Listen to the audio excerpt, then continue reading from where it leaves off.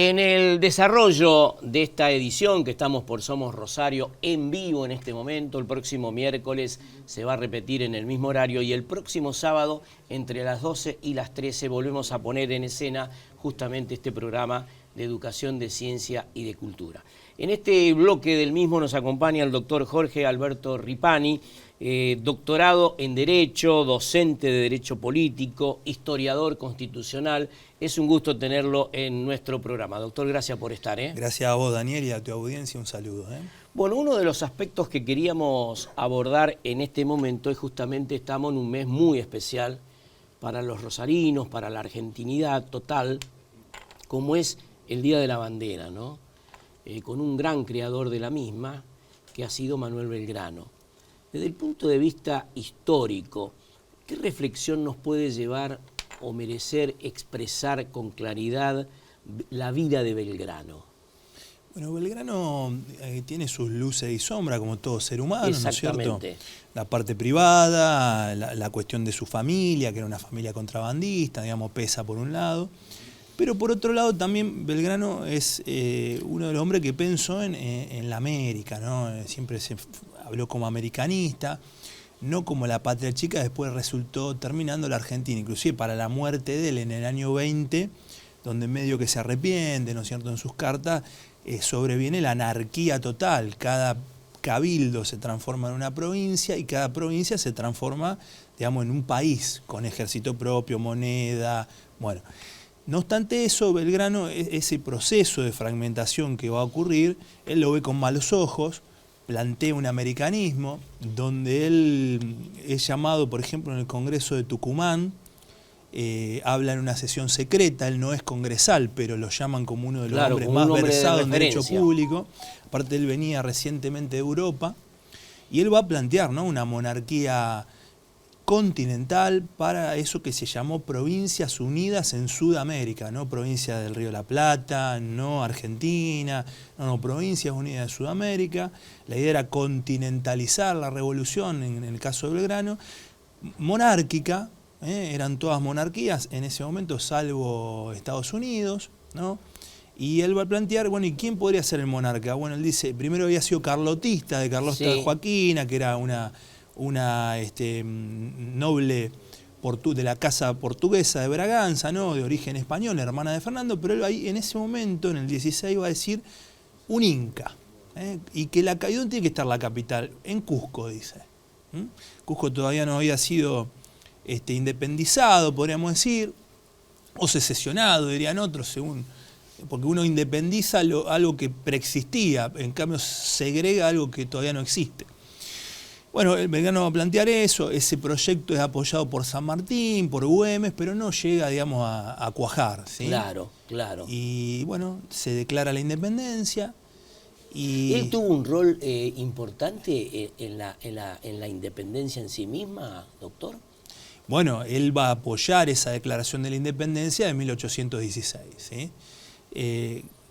Antes hay alguna historiografía que plantea la duda en cuanto a algunos ya lo dan como seguro, por ejemplo Pacho O'Donnell, otro lo dudan, otro lo niegan, de que ya con Artigas, la Liga de los Pueblos Libres, que era otro país que funcionaba en el mismo tiempo y espacio, claro, en el mismo tiempo y en distinto espacio que las Provincias Unidas de Sudamérica, que se llamó Liga de los Pueblos Libres, hace 1815 habría hecho en ese Congreso de Arroyo de la China una independencia primera. Y por ejemplo, doctor, desde el punto de vista histórico, ¿no?, esencialmente, la creación de la bandera a orillas del río Paraná, su significación. Bueno, Belgrano, aparentemente, lo que él manifiesta es que quiere hacer unos colores, porque todos eran españoles, entonces todos peleaban con la misma bandera, claro, la de las aspas de Borgoña, la de la Cruz de San Andrés, que es la bandera triunfante, es la bandera de la unidad frente a las invasiones británicas, ¿no es cierto? Entonces Belgrano dice, bueno, una bandera. Eso que él va a hacer una divisa, una bandera, que aparentemente fueron dos franjas, no como la actual, y no tenía el sol todavía, era una bandera de carácter azul y blanca, como después el CONICET lo terminó comprobando. Esa bandera, entonces, hay la discusión, a ver, en torno a qué se inspiró. Lo primero que dijeron, la historiografía liberal, triunfante en Caseros y en Pavón, Bartolomé Mitre, Vicente Fidel López, que era celeste y blanca por el cielo. Sin embargo, el revisionismo histórico empezó a plantear que era azul y blanca, tal como lo había afirmado Juan Manuel de Rosas, ¿no? La bandera de la Confederación Argentina, que es bien azul, se nota ahí la diferencia, y que el Partido Unitario triunfante con posterioridad le había, digamos, atemperado el color, le había hecho celeste. ¿En base a qué? Bueno, era azul celeste en base a la Casa de Borbón, que tenía una banda que era casi como la banda presidencial que vemos hoy, los reyes, digamos, borbónicos. Entonces, bueno, y los católicos decían, bueno, pero estaba inspirada también en la Inmaculada Concepción de María. Entonces sí, es cierto, pero una cosa no quita la otra, porque en realidad la Casa de Borbón también se inspiraba, era de corte católico, entonces se inspiraba en la Inmaculada Concepción de María. Es ambas cosas. Y por ejemplo, doctor, si uno tuviera que resumir con pocas palabras el legado que ha dejado Belgrano para esta sociedad, y además le quiero aprovechar en una segunda pregunta sobre la primera, en relación traspolando la vida de Belgrano, su actuación patriótica a los días de hoy. Bueno, un Belgrano que no podemos decir muere pobre, pero sí muere, digamos, con cierta modestia. Le lee a su médico el reloj, se juega la vida porque realmente él se va enfermando, todas las enfermedades que él va padeciendo, que lo terminan conduciendo a la muerte bastante temprana, por cierto. Hablan de una persona que se la juega por una patria. Una patria que en la visión de él no es la patria que terminó resultando. De hecho, ya en el 20 él medio que se arrepiente. ¿Para qué hemos hecho esto? Dicen las cartas.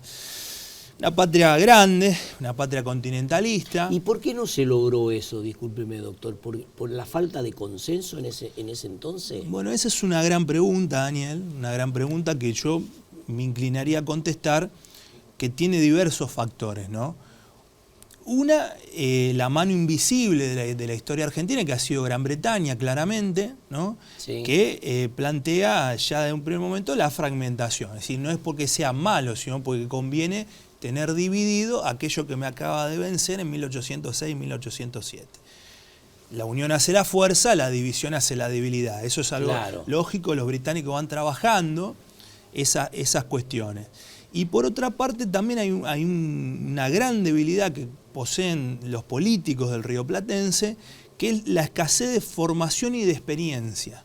¿Sí? La escasez de formación y de experiencia, a diferencia de lo que ocurre con el Brasil. ¿Por qué? Porque en Brasil lo que se va a trasladar es toda la Casa de Braganza completa a vivir en Río de Janeiro. Claro. Y con eso salvan la unidad. Acá no, acá quizá el mejor formado era justamente Manuel Belgrano, porque se había formado en Salamanca, era un hombre muy estudioso, versátil en economía, en filosofía. Era muy ilustrado. Muy ilustrado, con amor propio por la patria, pero bueno, no todos tenían esas características que tenía Belgrano. Muchos eran hombres del puerto, vinculados al comercio con Gran Bretaña, y que tenían una especie de ideología, no tenían, digamos, la experiencia que tenía la Casa de Braganza en el primer nivel internacional de pactar, transar, hacer acuerdos, hacer guerra. Eso acá no se había verificado en los políticos que estuvieron.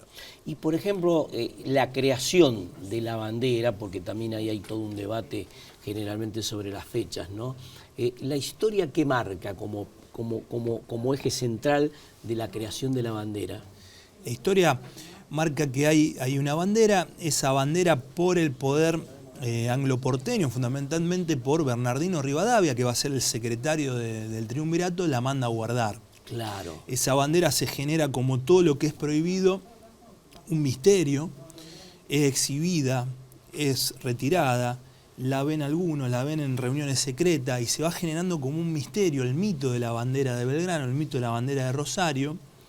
Y bueno, con posterioridad termina siendo, digamos, imponiéndose, no, como sabemos, no con los colores originales, algo parecido, los colores originales eran más parecidos a lo que vemos en la bandera de Centroamérica. Claro. El Salvador, bueno, esos países. Y una bandera que plantea, digamos, ya con el sol que se le coloca, un sol que tiene, digamos, vinculación con lo indígena, el mestizaje, ¿no? la Inmaculada Concepción con lo mestizo, con el indio.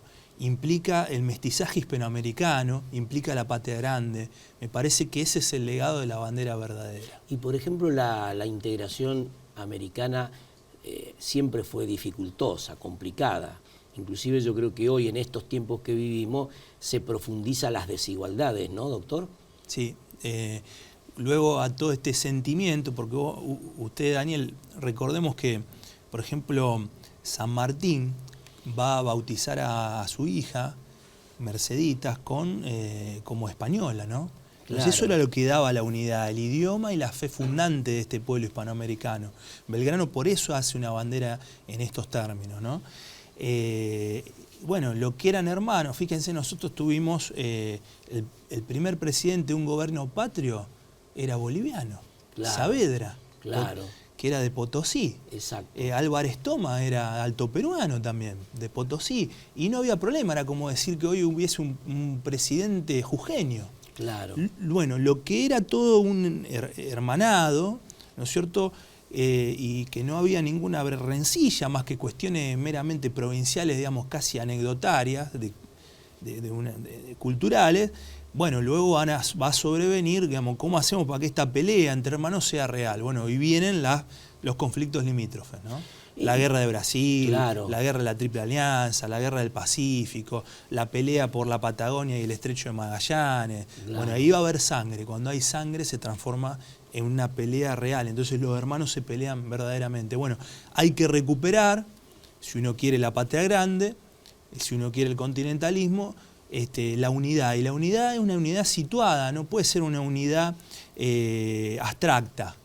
¿En qué se va a basar la unidad? Bueno, en los valores que hacen a una nación, que esa nación sea única y distinta a las demás. Claro. El idioma, la fe fundante, claro, claro, las tradiciones. Sí, sí. Doctor, que quiero presentar, este es un libro que ha escrito el doctor que nos acompaña, que es un gusto tenerlo en nuestro programa. Se llama Claves para comprender el estatuto legal del coloniaje, ¿no?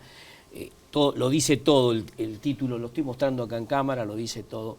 Pero yo le quiero preguntar al doctor los objetivos centrales, ¿no? La idea central, argumental, fundamentalmente, de este libro, doctor, ¿cuál es? Bueno, este es un libro que recupera el legado de Hipólito Yrigoyen, presidente derrocado por el golpe de Estado de 1930, recupera a su vez dentro del irigoyenismo el sector estudioso, el sector académico, que va a ser el de Forja, Arturo Jaureche, Manuel Ortiz Pereira, Scalabrino Ortiz, que tenía buena relación, en lo cultural Homero Mansi, que van a plantear una impugnación a esa década infame, le van a llamar así década infame, y al tratado Roca-Runciman. ¿Se acuerda?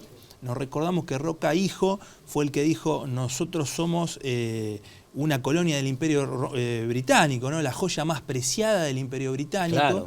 Bueno, ellos lo van a impugnar y le van a llamar, eso fue el estatuto legal del coloniaje. Entonces, ahí en este libro intento recuperar el pensamiento de Forja, por qué hay un estatuto legal del coloniaje, y a partir de ese estatuto legal del coloniaje ver la posibilidad de si no estamos ante un nuevo estatuto legal del coloniaje del año 76 a esta parte.